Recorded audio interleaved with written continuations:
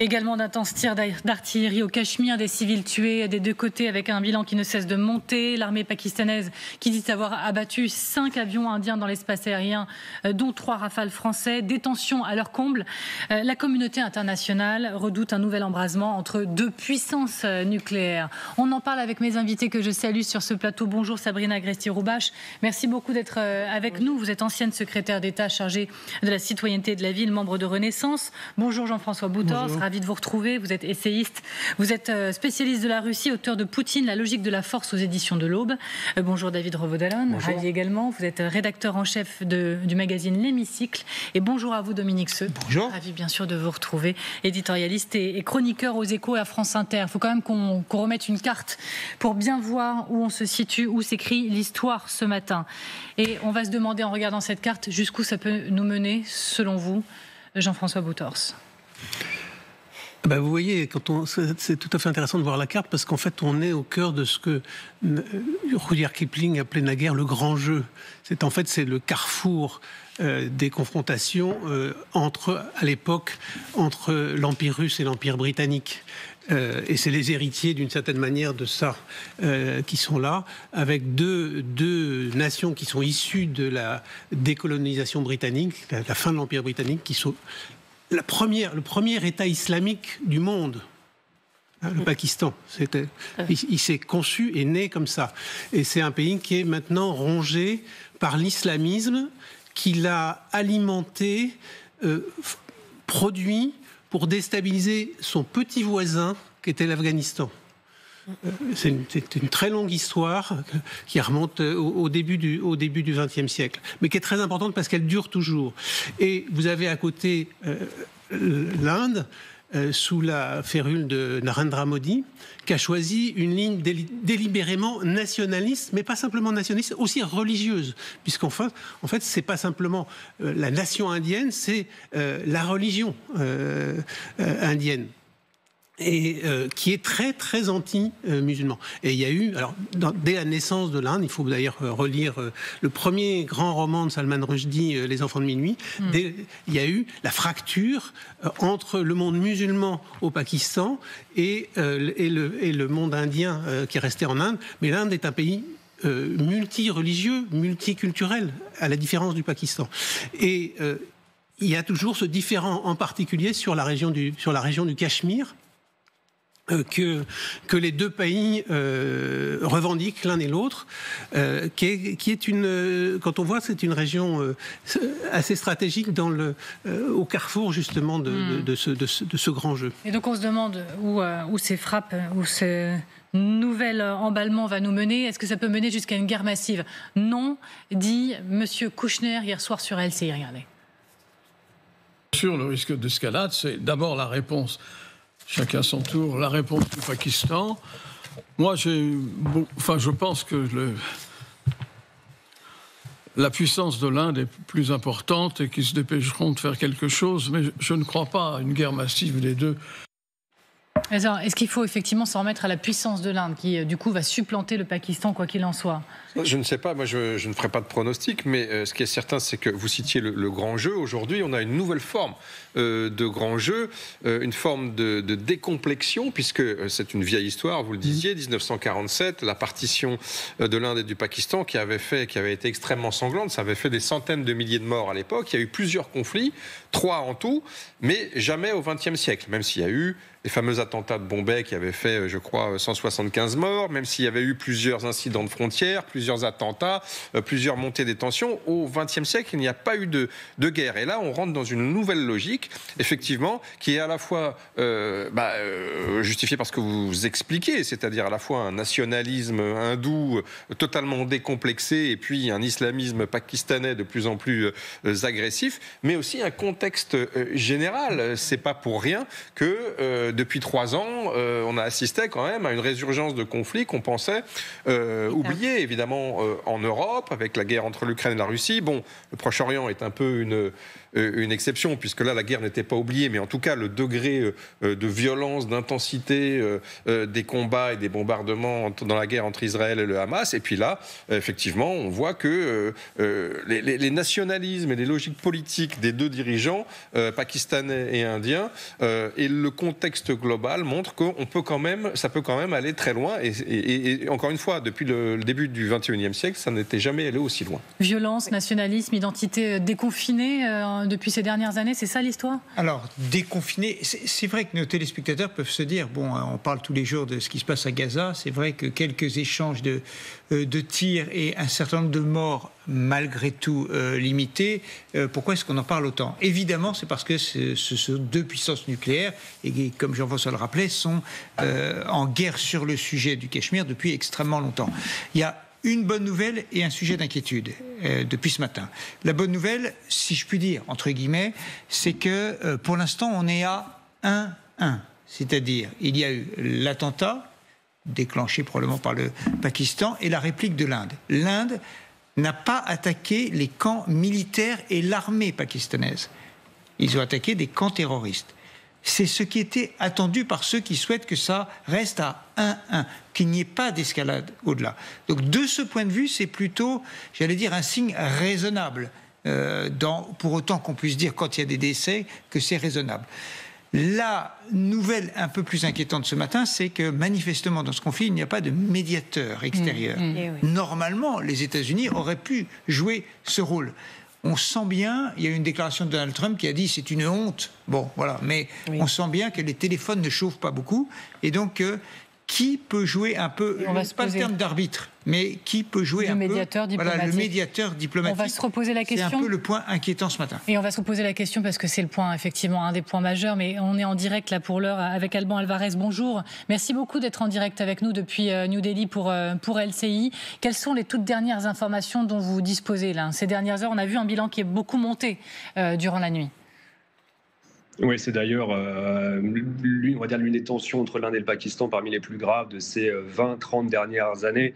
Il y aurait, selon Islamabad, 26 civils tués côté Pakistan, et il y aurait une dizaine de civils tués côté indien. L'opération Sindoor, en fait, elle a débuté entre 1h et 1h30 du matin. L'Inde a bombardé 9 camps qu'elle qualifie de terroristes, des camps situés dans le Cachemire administré par le Pakistan et des camps qui se situeraient également dans le Pendjab pakistanais, car l'Inde affirme avoir des preuves que dans ces camps, il y avait des terroristes qui s'entraînaient ou qui se sont entraînés pour le compte du groupe terroriste Lashkar-e-Taiba. C'est le groupe terroriste que New Delhi accuse d'être derrière l'attentat de Pahalgam.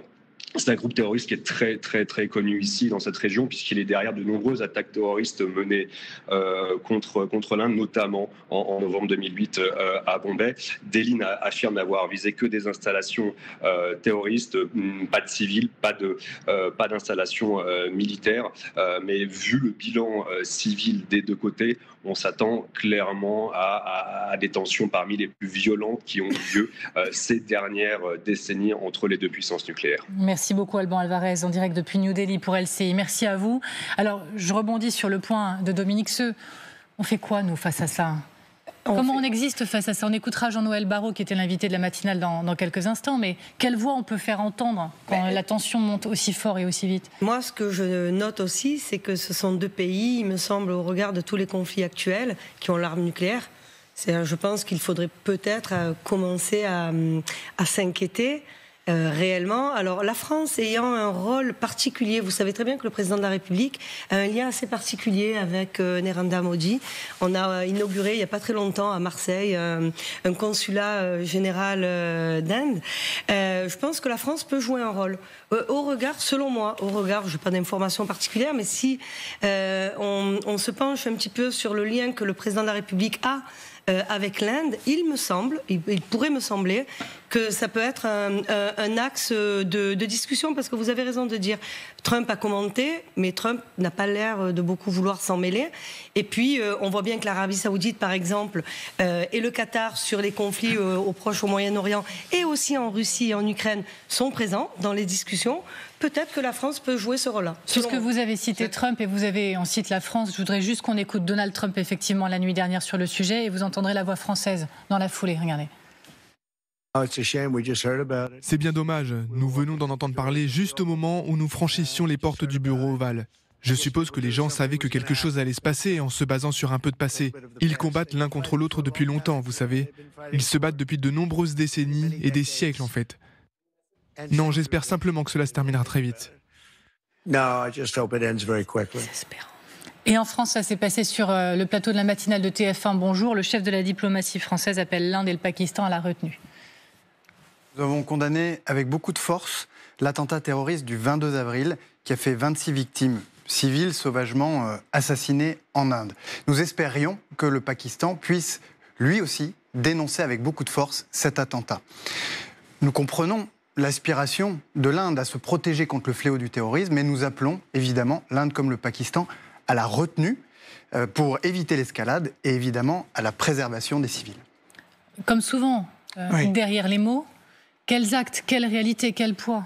Non, ce qui est intéressant, c'est quand le ministre dit je vais appeler mes interlocuteurs pakistanais et indiens, les titulaires, les puissances nucléaires, entre elles, considèrent qu'elles doivent se parler, qu'elles ont une responsabilité particulière. Alors, ça passe soit à New York, au siège de l'ONU, mais ça peut se passer directement en appel. Et Jean-Noël Barrot va dire quelles sont vos intentions, dites-nous un petit peu où on en est. Ce club, qui n'est pas si large que ça quand même, considère qu'il a des responsabilités particulières. Et la France est impliquée pour une seconde raison, c'est les Rafales.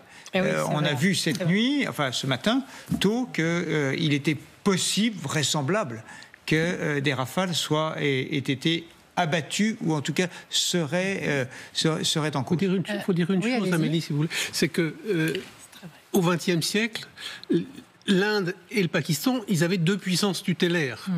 L'Inde, c'était Moscou, et le Pakistan, c'était Washington.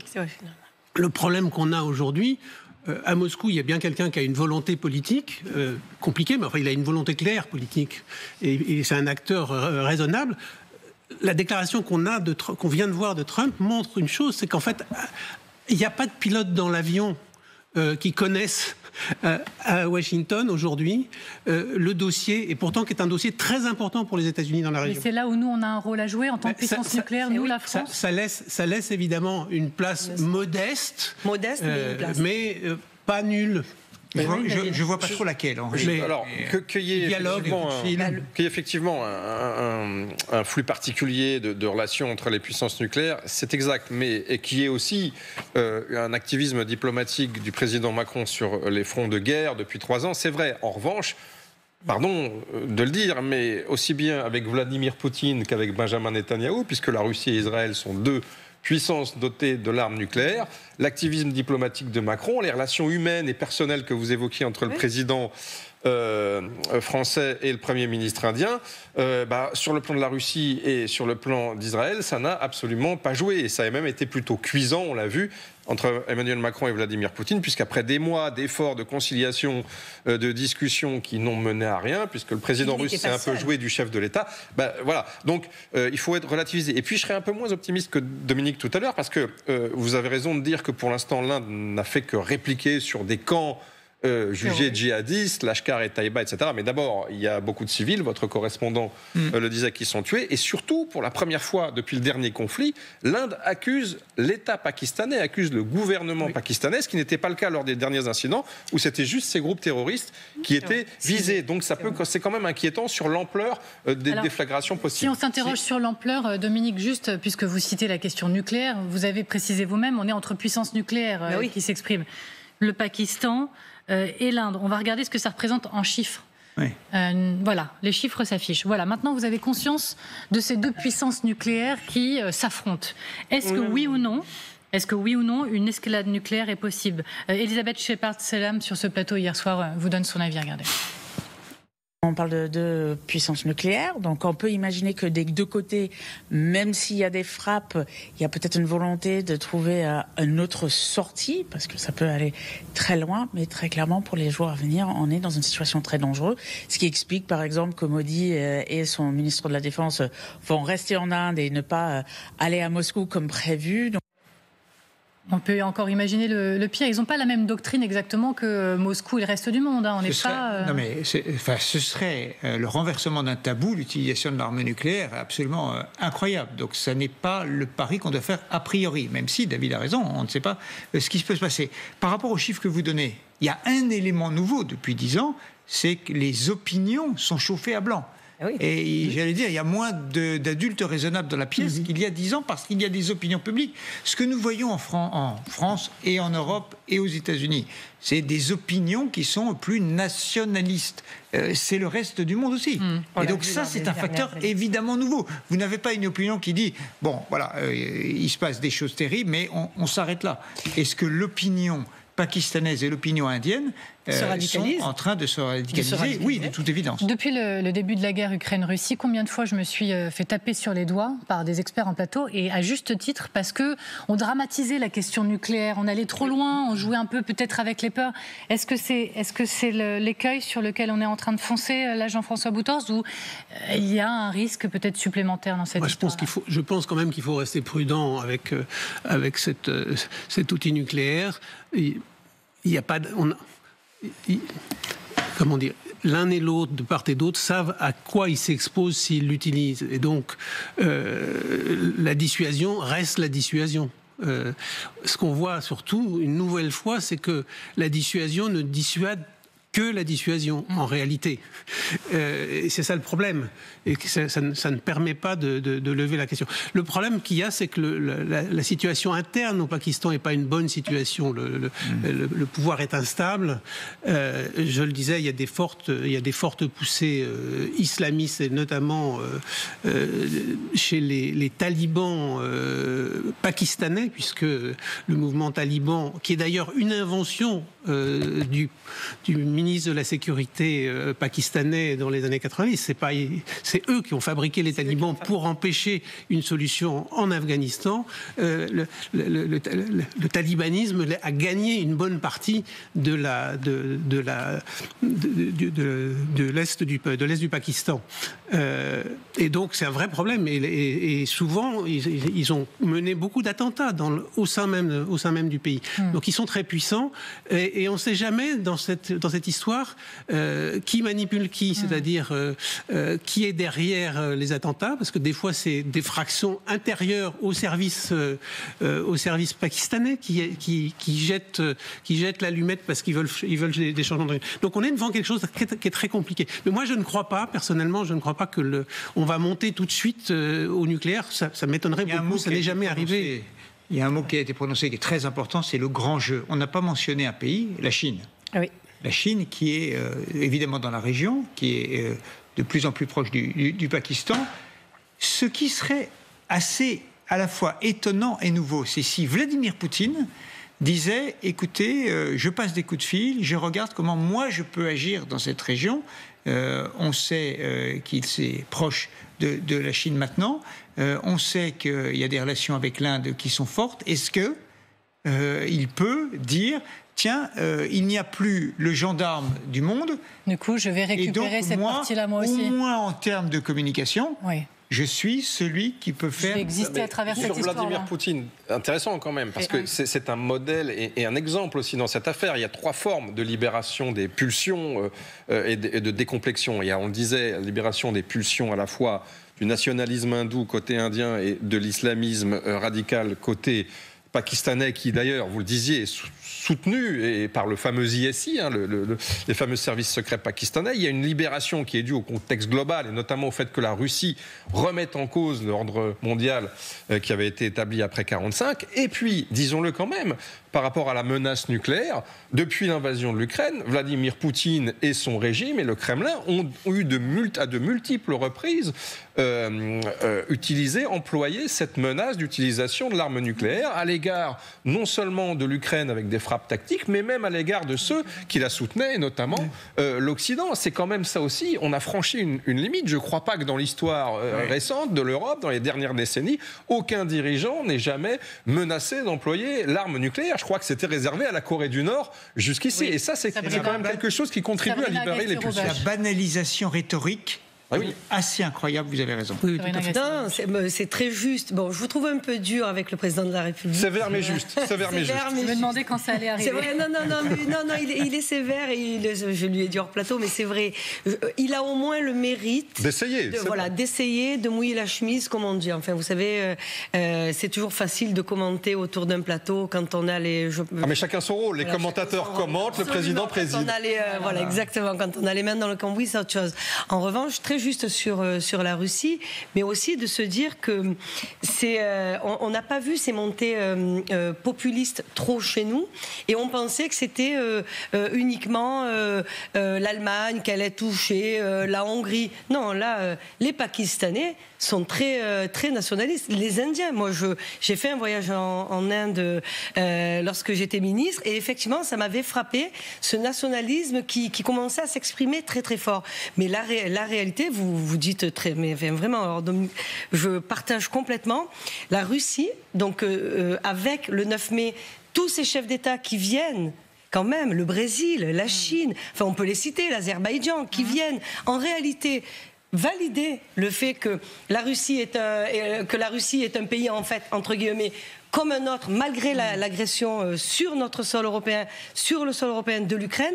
La Russie peut jouer ce rôle-là. Ouais. Un point sur lequel on voulait revenir, c'est l'Inde qui va couper l'eau des fleuves. L'Inde va couper l'eau des fleuves qui irriguent le Pakistan. C'est ce qu'a annoncé également le Premier ministre indien ces dernières heures, avec ces mots-là qui s'affichent sous vos yeux, là, appartenant à l'Inde. S'écouler jusque-là vers l'extérieur, elle sera désormais stoppée pour servir les intérêts de l'Inde et sera utilisée pour le pays. Une guerre de l'eau qui reprendrait, parce qu'en fait il y a eu des accords en 1960, c'est une longue histoire là encore, mais l'eau, arme de guerre. Ça, c'est une lourde menace qu'on a vue dans d'autres conflits. Il y avait les eaux du Golan, si vous vous souvenez, en Israël et Palestine. Donc c'est une menace importante. Je voudrais rajouter une chose, si on peut ajouter une pièce dans le jukebox de la complexité, c'est que l'Inde et la Chine sont en conflit. Il faut pas l'oublier. Et l'Inde, c'est la vraie puissance rivale dans l'avenir, dans le long terme, démographique aussi, démographique et économique de la Chine. Et là, il y a les deux pays sont sur des trajectoires différentes, et c'est pas sûr que la Chine ait envie de rendre service à l'Inde. Hein. Loin de là. Je m'arrête encore juste un instant sur cette guerre de l'eau. Oui, justement. Guerre de l'eau. J'utilise vraiment ces mots-là. Je ne sais pas s'ils sont justifiés, mais quel impact, vraiment, c'est un mouvement majeur là, avec des conséquences qui peuvent être majeures et dramatiques. Alors, ça a des conséquences majeures, mais moi j'ai tendance à penser que l'arme économique est dans la gradation moins grave que l'arme de guerre. Et que d'une certaine manière, quand on passe au niveau économique, c'est qu'on veut peut-être ne plus occuper le terrain de la guerre.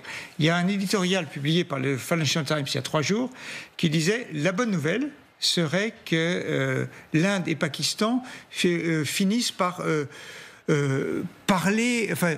avoir des rétorsions sur le plan économique, des prêts qui ne se font plus, des appels au Fonds monétaire international, passer sur un autre registre.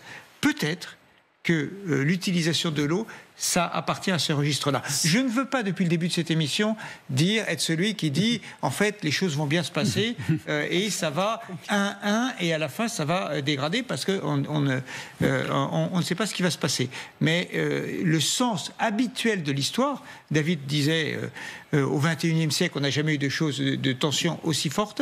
L'histoire des derniers siècles montre que après des conflits, les choses se sont plutôt calmées. Ça, c'est la version optimiste.